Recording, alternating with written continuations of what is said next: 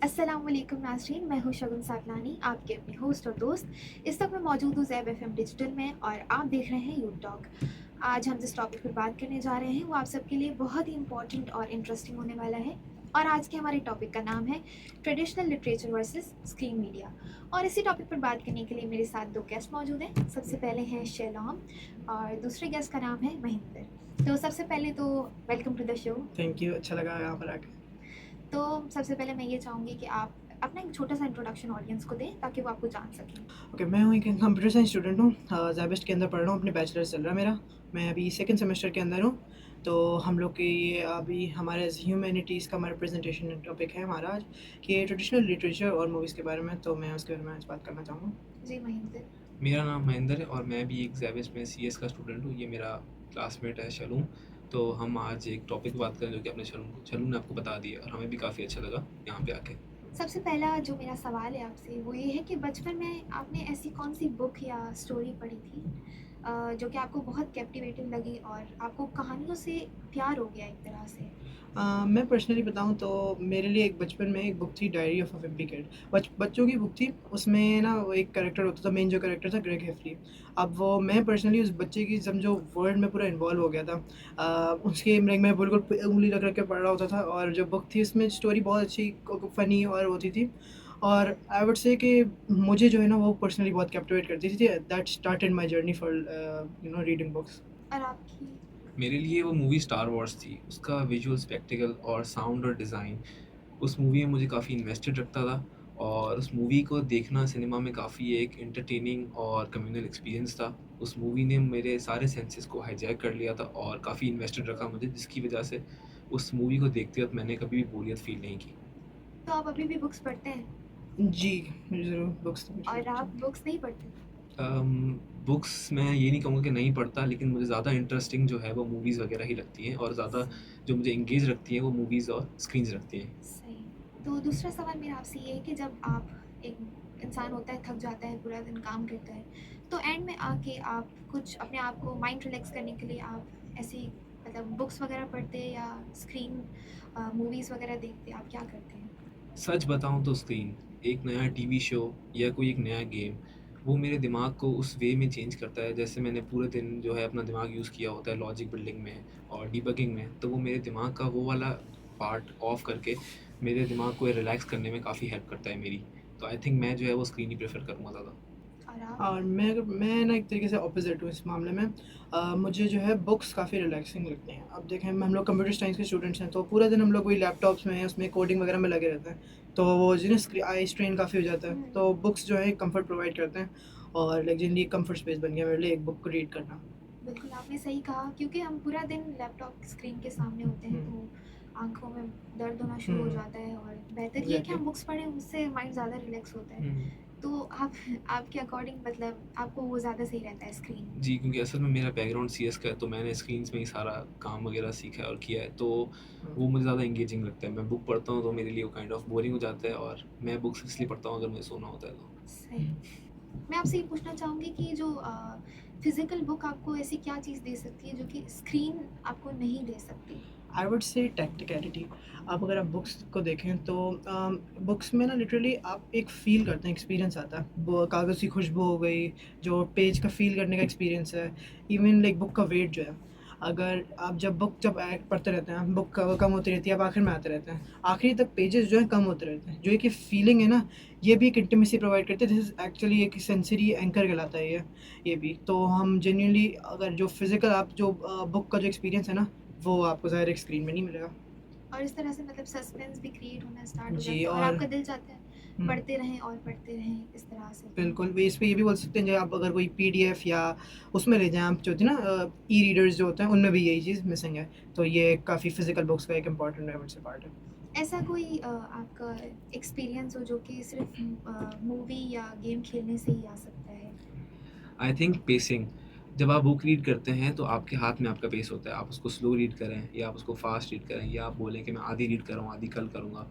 लेकिन जब आप एक मूवी की बात करते हैं तो ये सारे जो पेस पेस डिसाइड करते हैं वो सारे directors, actors, editing and sound effects करते हैं। तो ये सारा मिला के कंबाइन होके आपको एक एक्सपीरियंस देता है, जो कि आपको इंस्पायर करता है कि अब वो एक्सपीरियंस आप भी कभी लाइफ में देख सकते हैं।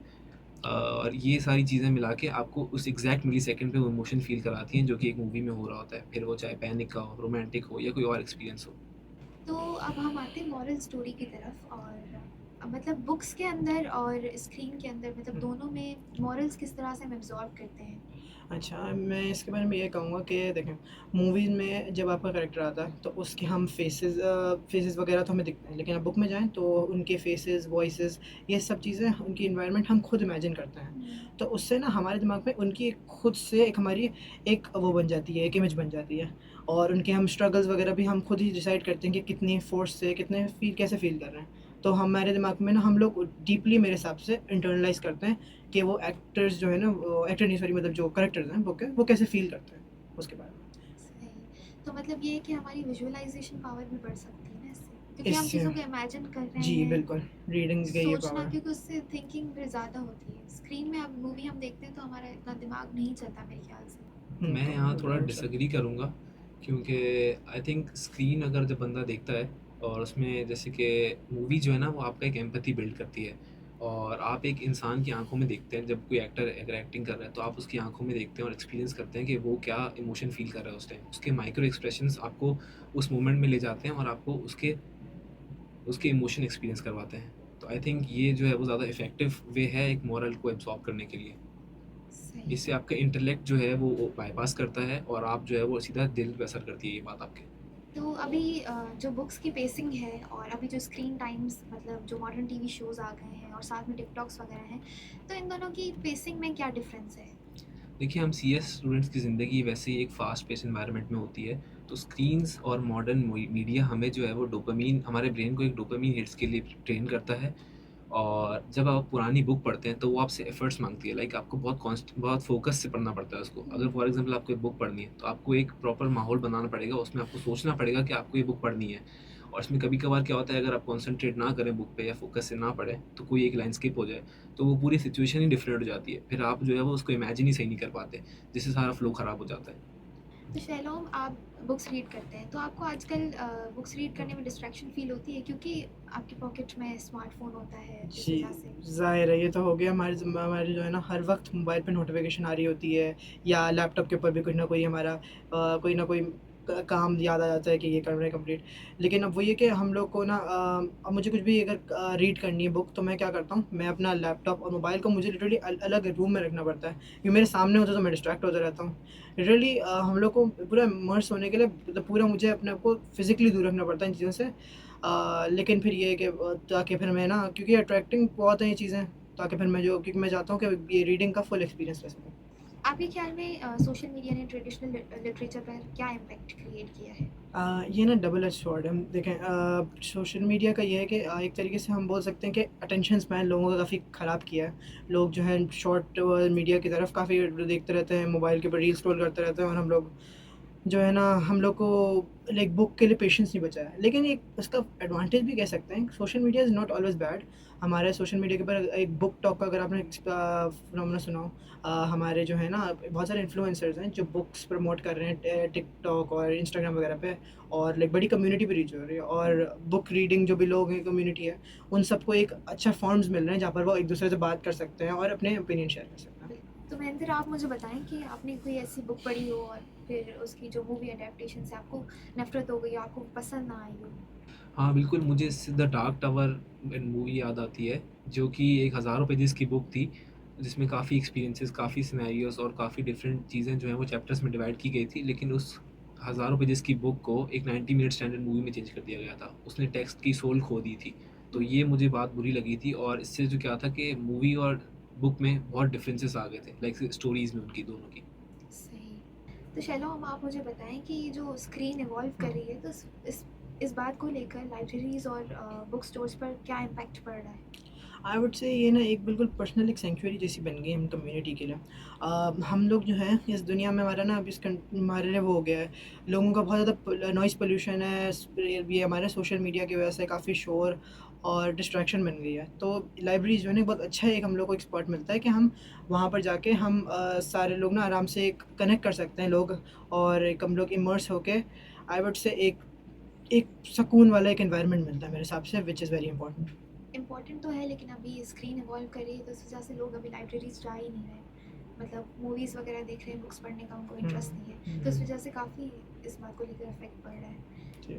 महेंद्र, आप उस इंसान को क्या कहेंगे जो कि मूवीज़ वगैरह बिंज वॉच करता है, फिर बाद में उस बारे में गिल्टी फील करता है? आई थिंक आप इस बात पे गिल्टी फ़ील ना करें, अपने आप को माफ़ कर दें, क्योंकि हम पूरा दिन जो है वो जावा और पाइथन के प्रोग्राम्स और ये सब करने में बिज़ी रहते हैं। तो ऐसी कोई स्टोरी जो आपके दिमाग को रिलैक्स करने में हेल्प करे, फिर वो चाहे पिक्सेल्स में हो या फिर वो पेजेस की फॉर्म में हो, तो वो एक बहुत इंपॉर्टेंट रोल प्ले करता है आपकी ज़िंदगी में, आपके दिमाग को रिलैक्स करने के लिए। सही। महेंद्र, आप जो है हमारी ऑडियंस को, हमारे व्यूअर्स को क्या एडवाइस देना चाहेंगे कि वो अपना स्क्रीन टाइम और रीडिंग टाइम किस तरह से बैलेंस कर सकते हैं? आप अपने स्क्रीन टाइम को इंटेंशनल बनाएँ, आप डूम स्क्रॉलिंग में टाइम वेस्ट ना करें। आप कोई एक सीरीज़, मूवी या डॉक्यूमेंट्री सेलेक्ट करें जो आप वाक़ई देखना चाहते हैं। क्योंकि आई थिंक मूवीज़, डॉक्यूमेंट्री या कोई सीरीज़ आपको ज़्यादा फ़ायदा देगी अगर आप डूम स्क्रॉलिंग करने के बजाय मूवीज़ देखें तो। आपकी क्या राय है शगुन? मैं ये कहूँगा, एक एडवाइस मेरी ये है कि अब आप सुबह उठते हैं तो आप अपनी एक बुक चूज़ करें जो पर्सनली आपको रीड करने का बड़ा दिल है। आप वो बुक लें, अपने तकिए के ऊपर रखना। अब पूरा दिन आप अपना जो डे स्पेंड करके आप फिर सोने जब आएँगे तो वो बुक वहीं पड़ी होगी।